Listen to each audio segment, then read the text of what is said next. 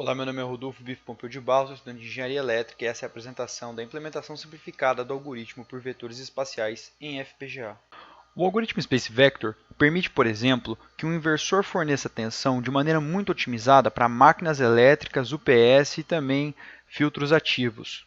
Aqui está apresentado o contexto onde iremos estudar o SVPWM. Um controlador recebe as referências de posição, velocidade e aceleração e compara com aquelas medidas nos terminais da máquina. O erro gera uma demanda de tensão trifásica que deve aparecer nos terminais da máquina a fim de criar ali um campo necessário.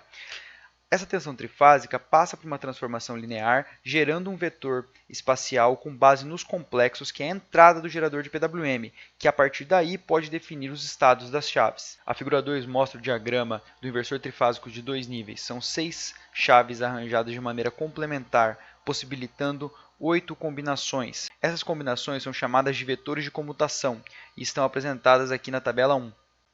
Com o auxílio da transformada de Clarke, é possível decompor o vetor de referência nos eixos alfa e beta, e assim criar a representação do hexágono regular, que é uma representação de todos os vetores de comutação.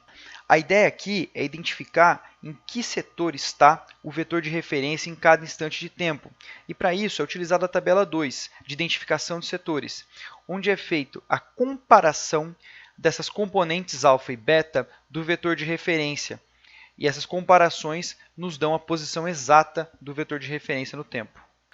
No entanto, para que o inversor fosse capaz de controlar o campo de uma máquina, ele teria que reproduzir infinitos vetores de comutação e não apenas esses 8. A ideia, então, que se utilizou é controlar o tempo em que cada um desses vetores de comutação fica ativo, assim criando um produto de tempo e vetor e fazendo a soma vetorial no final e obtendo um vetor de referência. Assim é possível sintetizar infinitos vetores de referência nos terminais da máquina. Para encontrar esses tempos, é necessário resolver esse sistema linear, assim obtendo a tabela 3, que tem os tempos definidos por setor.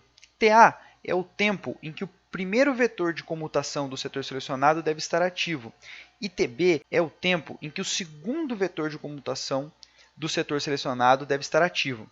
Tx e Ty apenas são a alternância para cada setor de TA e TB, gerando assim uma onda triangular que será mostrada a seguir. Por último, basta definir a ordem de chaveamento. A ideia aqui é diminuir as perdas por comutação. Assim, apenas um braço do inversor pode comutar para cada vetor de comutação ativo.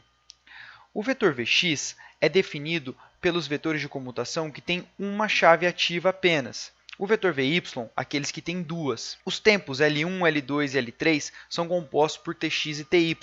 Esses tempos são comparados com uma triangular de referência que tem o período igual ao período de PWM.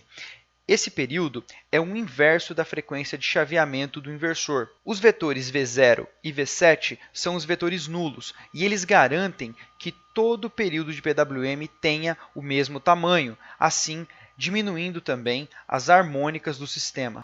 A metodologia de pesquisa foi primeiro implementar o sistema no Simulink e colher os primeiros resultados. Aqui tem um overview do sistema, aqui o setor, aqui Tx e Ty e aqui a posição das chaves para cada um dos setores mostradas. Em seguida, foi implementado em linguagem de hardware o código do SVPWM na placa DE2-115.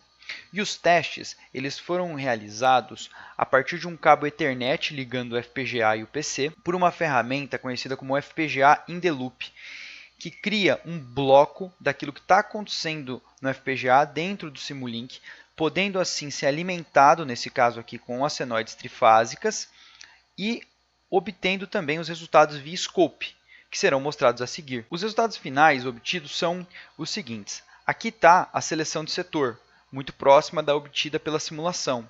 Aqui estão os tempos Tx e Ty.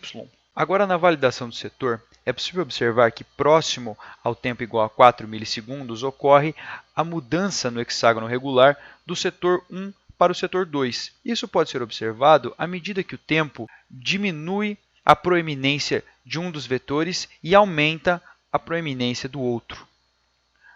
Aqui é possível observar todas as transições de estado do hexágono regular. E assim eu encerro a apresentação. Muito obrigado a todos que assistiram.